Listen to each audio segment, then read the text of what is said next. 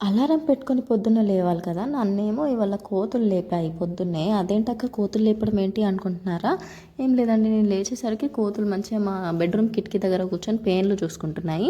ఇంకా దాన్ని చూస్తూ లేచాను. ఇవాళ నా డే మొత్తం ఏంటో వరస్ట్గానే స్టార్ట్ అయింది మార్నింగ్ నుంచే.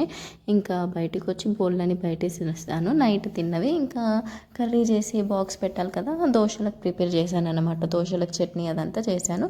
ఇదంతా అయిపోయింది. మా పిల్లలు పొద్దున్న లేచారు, ఇంకా స్నానం చేశారు. స్నానం చేసిన తర్వాత ఇంట్లోకి వచ్చిన తర్వాత నేను డోర్ వేసేస్తాను కోతులకి భయపడి. ఇంకా ఓనర్ ఆంటీ వచ్చి పిలుస్తుంది, ఏంటబ్బా ఈమెకి ఇంత పొద్దున్న ఏమొచ్చింది, ఎందుకు పిలుస్తుంది అని చూసేసరికి, ఈ చెట్లు ఇక్కడ ఎందుకు పెట్టావు, ఇక్కడ వాటర్ ఉన్నాయి, మొత్తం పాకురుస్తుంది అని అంటున్నది. అరే వర్షం నీళ్ళు వచ్చాయి, అవి వర్షం పడింది నైట్, ఆ నీళ్ళు ఇంకా నేను క్లీన్ చేయలేదు, నా పని అయిపోయేదాకా చూడాలి కదా, చూడకుండానే మాట్లాడేస్తుంది. ఇంకా నేను ఆమెతో ఎవరు పెట్టుకుంటారు పొద్దున్నే అనేసి ఇంక ఇంట్లోకి వచ్చి నా పాటికి నేను పని చేసుకుంటున్నాను. ఇంకా మా చిన్నోడు బాగా ఏడుస్తాడు అనమాట స్కూల్కి వెళ్ళేటప్పుడు, స్కూల్కి వెళ్ళాను మమ్మీ అని.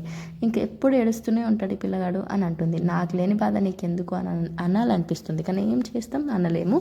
సో ఇంకా మా ఓనర్ ఆంటీతో పెట్టుకుంటే అయినట్టే అనేసి ఇంకా వీళ్ళని స్కూల్కి పంపించేశాను. ఇంట్లోకి వచ్చి చూస్తే కర్రీ బాక్స్ ఇంట్లోనే ఉంది.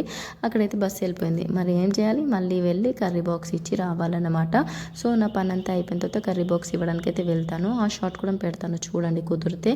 ఇంకా నేను నా పని చేసుకుందామని బోళ్ళని బయట వేసుకున్నాను కదా, వేసుకున్నాక ఏమైంది, మోటర్ వేసింది ఓనర్ ఆంటీ. అమ్మో మోటర్ వేసింది కదా, తొందర బట్టలు ఉతుక్కొని ఇంకా ఏమంటారు బోళ్ళు అవన్నీ తోమేసుకుంటే పని అయిపోద్ది, నీళ్ళు కూడా సాయంత్రం వరకు ఉంటాయి ఈ ట్యాంకులు అనేసి హడావిల్లో నా మిల్క్ బాటిల్ అయితే పగిలిపోయింది, గ్లాస్ బాటిల్. ఇప్పుడు నేను ఆ బాటిల్ తెచ్చుకోవాలంటే మళ్ళీ హన్మకొండ డీమార్ట్కి వెళ్ళాలి.